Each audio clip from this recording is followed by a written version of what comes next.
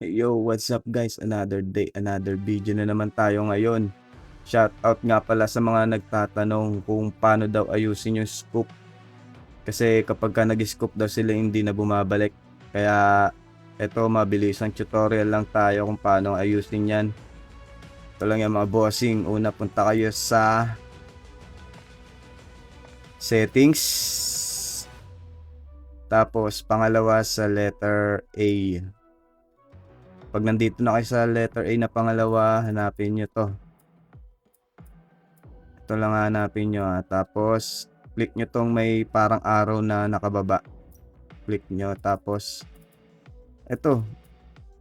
Gaya nyo na lang tong sa akin. Ito lang piliin nyo sa unahan. Huwag na kayong pipili dyan sa tatlo kasi itong pangalawa, nag-steady scoop lang siya. Hindi siya bumababa. Tapos, ito naman pangatlo. Kailangan mo siya i-double click para mag-scoop. Ito naman pang-apat.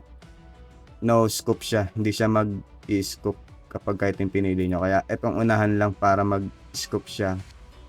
Tapos maibababa niya agad yung scoop. One click scoop lang, parang ganun. Yo, so ayan, sana mga bossing nakarating po sa inyong video na to. At syempre wag mo sana kakalimutang mag-like, follow, share at comment na rin para makarating sa mga ibang naglalaro ng COD PC China version. So ayun, peace.